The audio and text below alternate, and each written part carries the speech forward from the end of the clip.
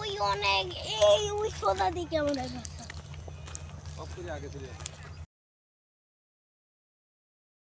রাহমাতুল্লাহি ওয়া বারাকাতুহু। আজ পবিত্র শুক্রবার, জুম্মা মোবারক। আজকে দরিদ্র মুসলমান ভাইদের জন্য একটি হজের দিন। যারা সর্বপ্রথম